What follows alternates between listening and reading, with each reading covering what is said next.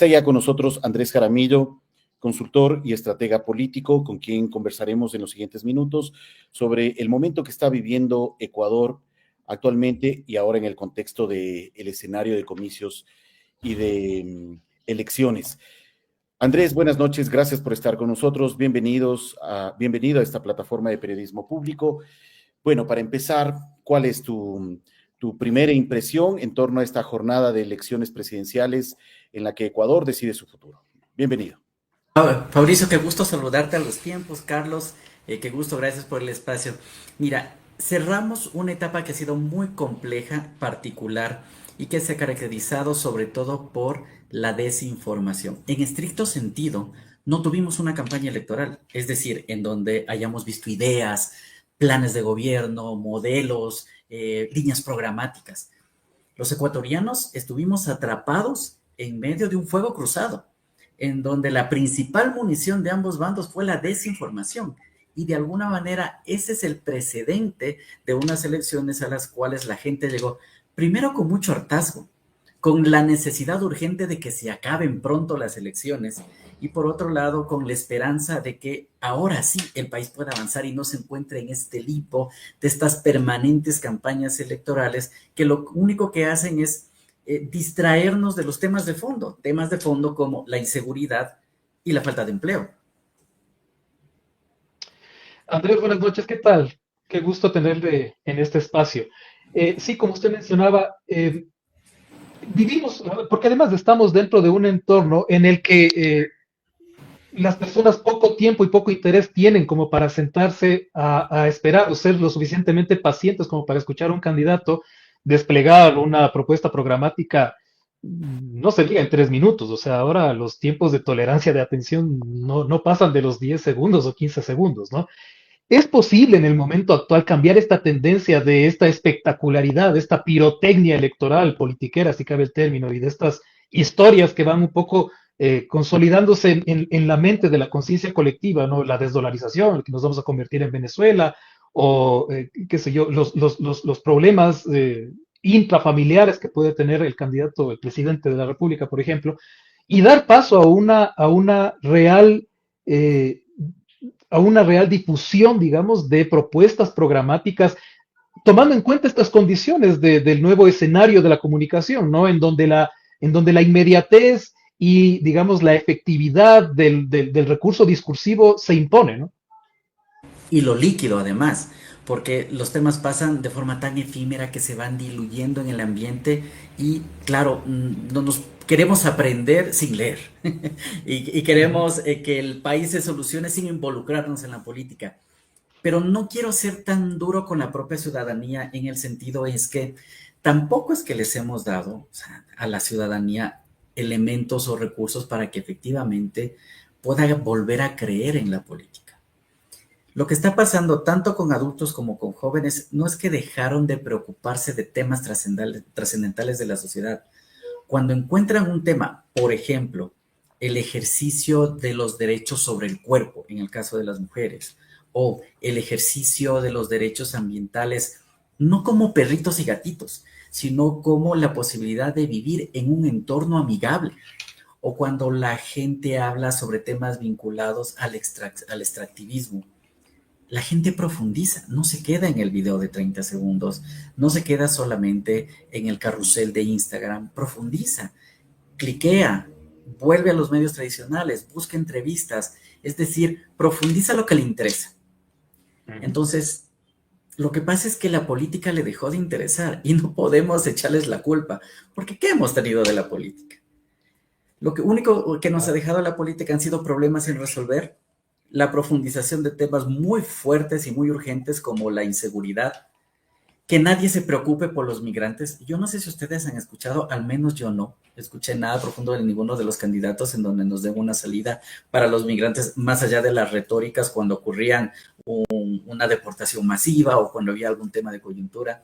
En los planes de gobierno no existe algo vinculado para entender y para poder trabajar el tema de los migrantes. Entonces, el primer deber de la política ecuatoriana, de los políticos, de los partidos, de las organizaciones sociales, es recuperar la fe de las personas para que puedan ser también participantes en los procesos electorales. Yo les invito, y las personas que nos están viendo, que levanten la mano y que me digan, ¿quién honestamente de corazón cree que el país va a ser mejor después de estas elecciones, independientemente de por quién hayan votado?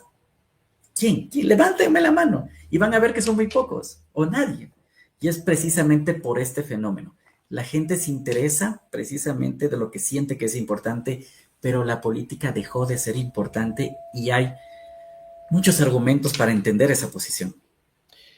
Andrés, y durante esta época de proselitismo, de campaña electoral, desde el ámbito digital, desde la estrategia digital, ¿cómo miras tú cuál fue la estrategia que utilizó cada uno de los candidatos? ¿Qué es lo que priorizaron los candidatos en su promoción digital como candidatos, con sus propuestas? ¿Cómo estuvieron enmarcados esta campaña de cada uno de los candidatos, tanto de Luisa González como de Daniel Noboa, en el ámbito digital? Hablemos de los aciertos, porque creo que los errores han sido públicos y notorios. Pero uno de los aciertos fue el perfil que se construyó en torno a la candidata Luisa González. Recuerden ustedes que en la campaña anterior ella tuvo una posición mucho más frontal, más firme, más de lucha, más de entrar en la discusión, ¿cierto? De pisar las brasas constantemente. Esta vez no. Esta vez la cuidaron y trabajaron un perfil mucho más cercano, un perfil mucho más amable, incluso gráficamente se la veía como esa madre que estaba acompañando a los electores y que les estaba hablando de esperanza, que les estaba hablando de futuro, que les estaba hablando de cosas positivas. Ella misma nos ha dicho, a partir del amor se puede vencer el odio, ¿no es cierto?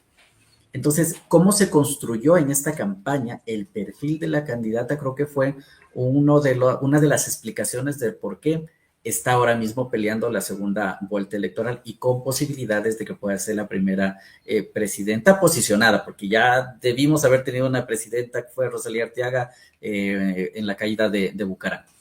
¿Qué pasó con Noboa? La estrategia de Noboa fue esconder y fue una estrategia adecuada, porque cada vez que le ponen en una cámara, no es, o la vocería, digamos, o las competencias comunicativas no son sus mejores habilidades. Y cuando está con la gente, tampoco es que tenga una simpatía o que emane un carisma, una personalidad que pueda conectar fácilmente con la gente. Entonces fueron espacios muy controlados, espacios políticamente contratados en medios de comunicación, que de alguna manera fueron o le permitieron a él cuidarse. Fíjense que cuando nosotros hacíamos el análisis digital de temas tan fuertes como el derrame de petróleo en Esmeraldas, supo poner fusibles. Quien pagó, digamos, los platos rotos de eso fue la ministra Inés Manzano, claro, porque la carga negativa fue hacia esos fusibles, pero no con el presidente que era el candidato, y de alguna manera es entendible dentro de la estrategia de comunicación política. Ahora bien, ambos tuvieron otro acierto en la campaña que fue interesante, que lograron entender que a partir de los microinfluencers ellos pueden amplificar el alcance de sus campañas. Cuando yo les hablo de microinfluencers, no les estoy hablando de esa supermodelo que tiene millones de seguidores. No, no, no, no. Son influencers, personas relevantes dentro de nichos de jóvenes, dentro de nichos de pueblos indígenas, dentro de nichos de papás, dentro de nichos de mujeres. Y ellos lograron identificar y hacer una cadena muy amplia, una red muy amplia de microinfluencers que hablaron por ellos. Y que al tener credibilidad, al tener confianza y al tener mucha comunidad, pues les permitieron amplificar esos mensajes que fueron construyendo.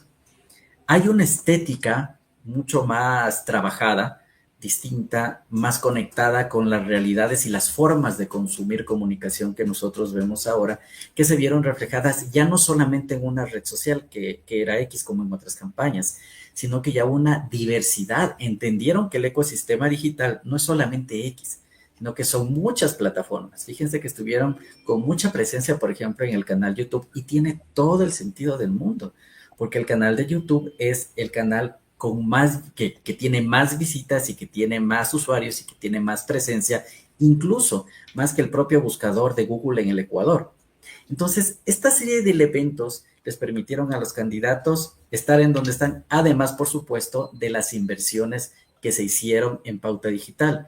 La ventaja que nos dan las redes sociales es que no solamente podemos llegar rápido a la gente, sino que podemos llegar bien, segmentando e incluso microsegmentando los mensajes para que yo le pueda hablar directamente a la persona que esté en Azuay y le pueda hablar diferente y directamente a la persona que esté en Guayas al mismo tiempo.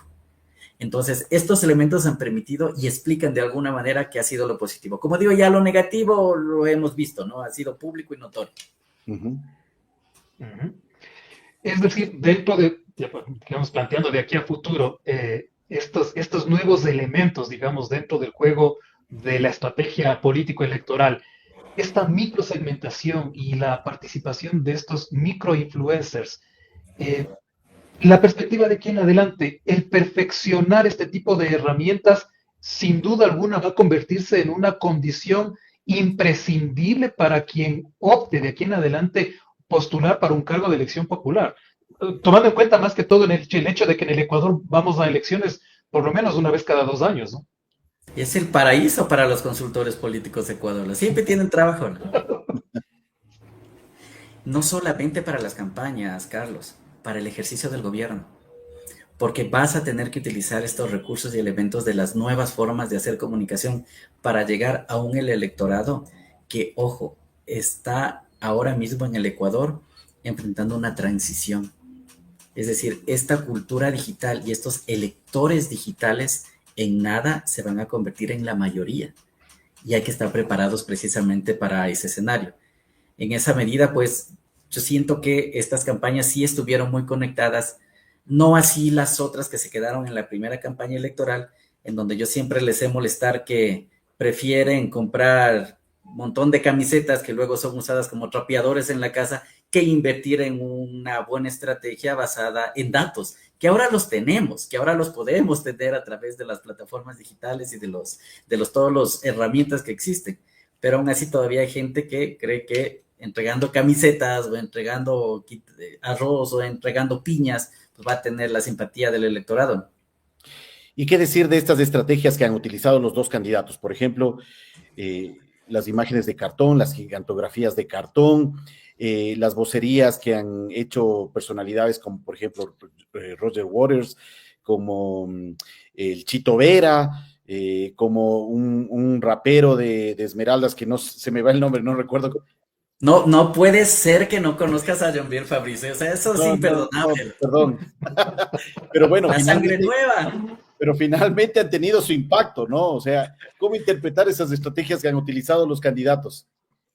Verás, aquí los grandes ganadores son John Briel, Segundo Castillo y las señoras que estuvieron hoy plastificando los certificados, ¿no?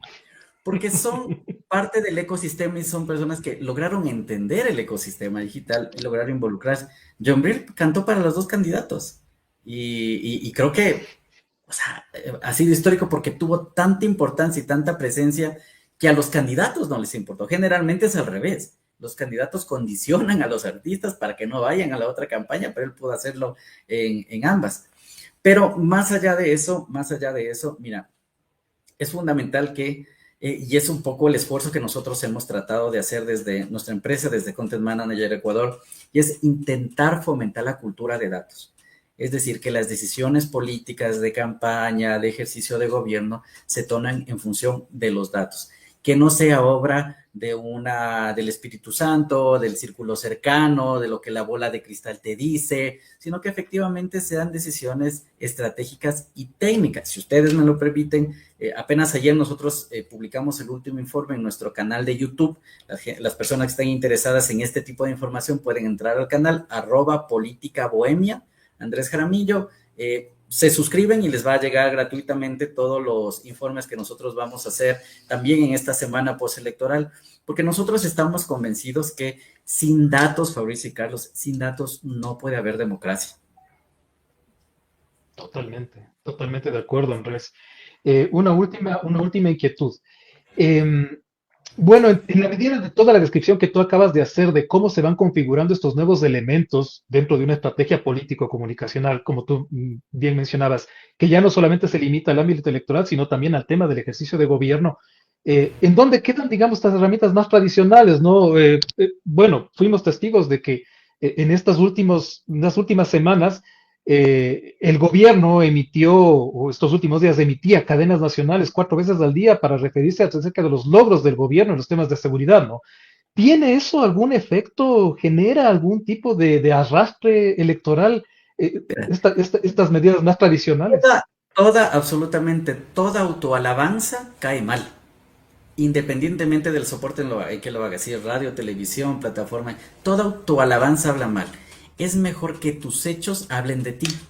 Entonces, esos hechos son los que se tienen que mostrar y dejar que la ciudadanía valore si es que fue una gestión buena o si fue una gestión mala. Por ahí va un poco. Por eso es importante, y siempre lo repetimos, si en una buena gestión no puede haber una buena comunicación. La comunicación no puede inventarse lo que no hay.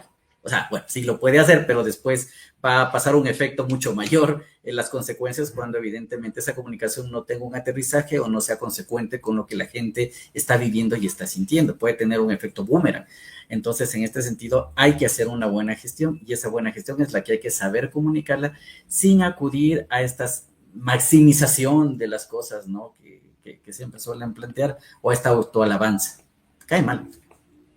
Además, muchas gracias, Andrés. Gracias por compartirnos tus reflexiones y por recordarnos y señalarnos todas estas estrategias que los candidatos utilizaron durante esta segunda vuelta de elecciones y que hoy, más adelante, ya se conocerán los resultados finales. Un abrazo, Andrés. Qué gusto verte y estamos a las órdenes de aquí de Periodismo Público. El gusto es mío, Fabricio. Muchísimas gracias por el espacio, Carlos. Qué gusto también. Y bueno, a seguir esperando a ver qué pasa con estas elecciones y los resultados. Buenas noches.